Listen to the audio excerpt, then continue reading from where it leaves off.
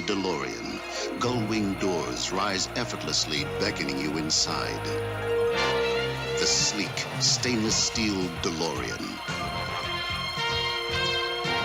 Beautifully crafted for long life. The DeLorean is one of the most awaited automobiles in automotive history. Drive the DeLorean. Live the dream today. You telling me that you built a time machine out of a DeLorean? If you're gonna build a time machine into a car, why not do it with some style?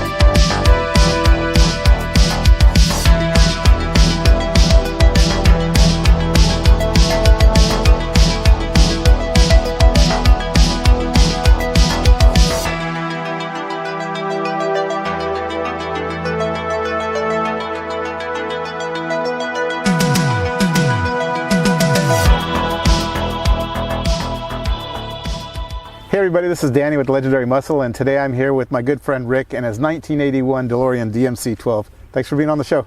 Not a problem. Thanks for having me, because they usually say DeLorean's iconic, exotic, something, but they never say muscle when they say a DeLorean, so I appreciate the invite. Yeah, no problem, man. Well, you know what? I don't care what anybody says. This car for me is a very iconic car for me. It's part of my childhood. It's part of a lot of people's childhood. Part of mine. And, you know, it's just great to have it on the show. Yep. So anyway, tell me the story, man. How did you get this car? I got this car from an uncle. He came in, we were living in Kona, Hawaii at the time. He came to visit us. We were sitting out on the lanai watching the sunset one night and talking about his car collection and how he needed to get it whittled down a little bit. Mm-hmm. You know, one daughter wanted the 48 convertible Buick, one wanted the 92 Camaro convertible. He says, nobody wanted the DeLorean. And as soon as he said that, my hand went up. Wow. And gave him the car. So, nobody wanted the DeLorean. Nobody wanted the DeLorean. And the next morning, we were out on the lanai again, and he looks over at me and says, I give you the DMC 12 last night? And I said, yes, you did. So that's how I acquired it. That's great. So how long have you actually had it? I've had it for 5 years. He had it for 14 years previously, and he bought it at an estate sale. Oh, okay. So this car, it was made from 1981 to 1983, correct? 3 years, yep. Okay. Now, were there any differences between the 3 years, or was it just? Yeah, there were several differences.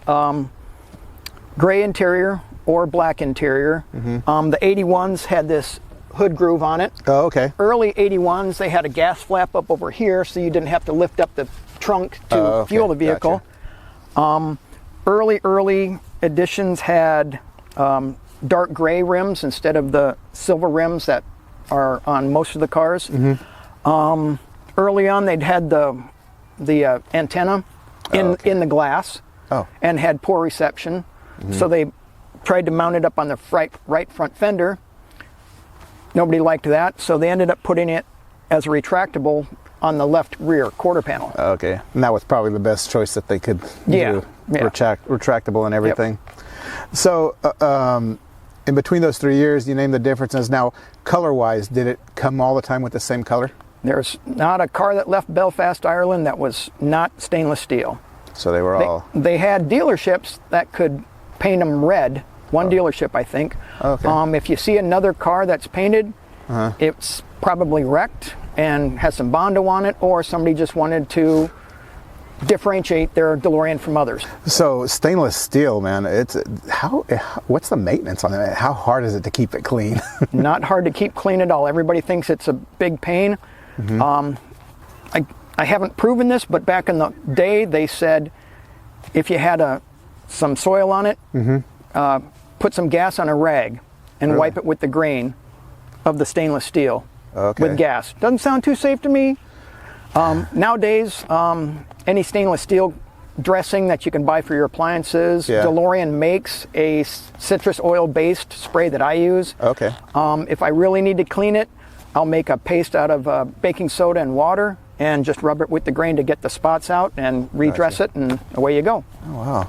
So how often do you really have to do this a year? I mean, I know your car stays in the garage, and from what you've told me, this car has not seen rain in a long time, huh? It has not been driven on a rain-soaked road since it's been in the family. So 19 years it hasn't been driven on an extremely wet road. That's crazy. So, yeah. How many miles does it have? Just turned 39,000. 39,000 miles. That is beautiful. So who was the one that designed this? Was it John DeLorean? John had the original concept, but then he went to Giorgetto Giugiaro, an Italian car designer, to come up with the plan. Okay. So the whole stainless steel and everything like that, that was all John. He wanted it to be stainless steel, so it would last a very long time, and he wanted the gull wing doors. And Giugiaro took it from there. And that's awesome. I mean, I can't get over how nice it looks in stainless steel, man. And speaking of stainless steel, is the undercarriage also stainless steel? I mean, or is it just the panels itself? It's only the 8 body panels that are stainless steel. The frame itself is epoxy dipped steel in what they call a double Y or an X pattern. The body itself is fiberglass, just like a Corvette. Okay, so fiberglass body, but covered in kind of a lightweight cart. Yeah. This is 2840 for weight. And we were mentioning the undercarriage of it, suspension-wise. I mean, is this a suspension? Was this Giugiaro as well that designed it, or? Not sure who designed it, but it does have independent front and rear suspension. Oh, okay. So very few cars had that. Most had a solid axle, but of course this has to have independent rear because the engine is in the back. Had manual steering because the rack and pinion is up here and the engine's back there, so less weight, no need for. Exactly. Okay, and probably better for handling too, so it's not overkill. Yeah, it's about a 65 to 68% weight ratio in the back. And 32 to 35 up front. Okay. So, I mean, I know the engine's not here in front. Do you think we can have a look at the engine? No.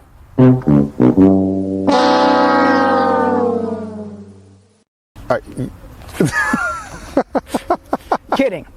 Let's go take a look. Okay, that sounds good. So, the wheels I'm noticing, these are different sized wheels, right? Yep, correct. We got 14-inch rims on the front, 15 on the back, and that's on purpose. That was by design. A lot of cars nowadays, that's the thing. But back in the day, that was factory. Okay, and the Goodyear tires, right? Yep. Right. Goodyear from the beginning. Even Back to the Future car had Goodyear GTs. I have Goodyear GT2s. Not quite there, but almost there. Almost there. All right. Let's have a look at that engine then. Yeah. All right. So this is the power plant. Yep, this is it. So what do we have here, Rick? We've got a V6 all aluminum PRV, they called it, Peugeot, Renault, Volvo engine.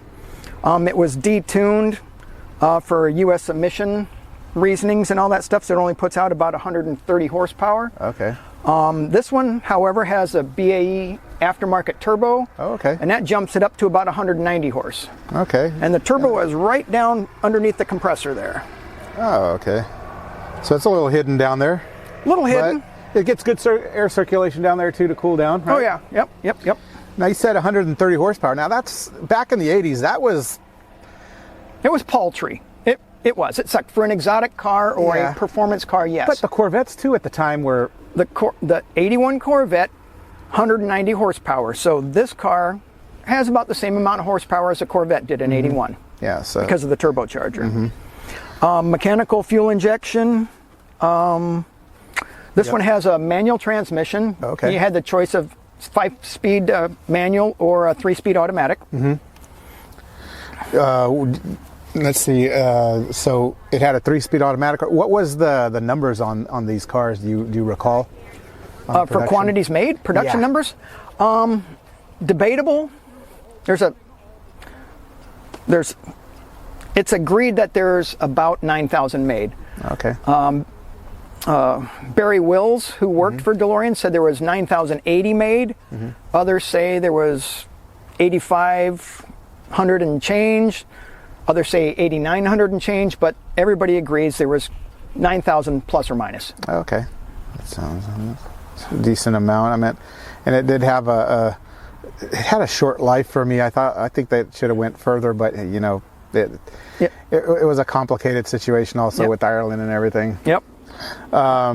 So the 3 years, I remember you telling me some of the 83s, they were 82s, was it? Yes. Yep. And that's the time where you would find mismatched interiors. They were gray and black instead of just gray or just black. Okay. There have been documented earlier ones, but if you see one with a mismatched interior, it generally was, let's get as many built as we can before everything goes into receivership. And so there you go. They just changed the VIN number and touted them as 83s. Okay. Now, the transmission, do you know who makes the transmission? The transmission is a Renault transmission. Oh, it's a Renault transmission as well. Okay. All right. So, well, what do you say we take a ride without hitting 88 miles per hour? Let's try that, shall we? Okay. Well, I appreciate this ride, Rick. Absolutely, not a problem. We're not going to hit 88 miles per hour, right? I've never taken this to 88 miles an hour. 65. All right. Oh, shoot. What's this you got here? I don't know. It might be blow, I don't know. Help yourself.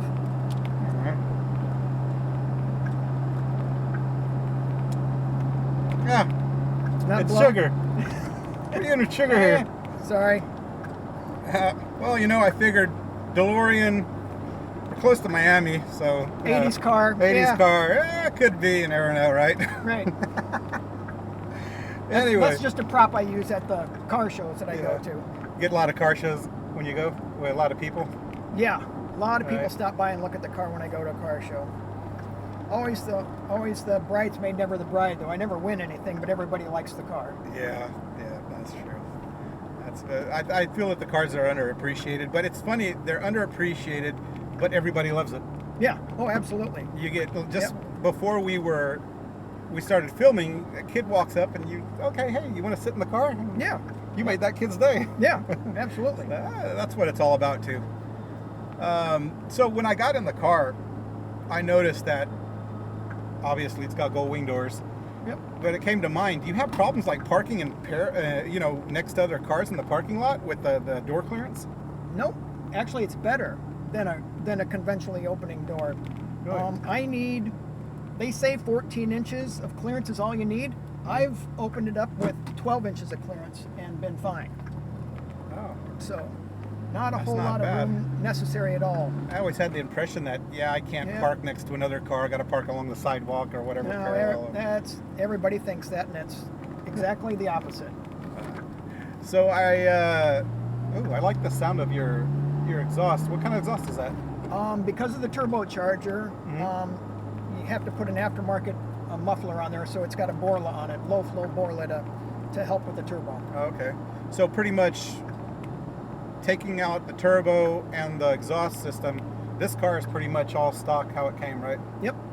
That's cool. And it did come with air conditioning, because I see air conditioning on it, right?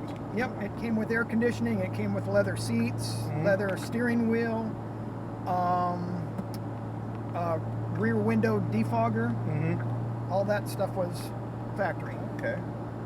Now, I remember reading somewhere back in the day about a gold-plated DeLorean. Is that true? Yep.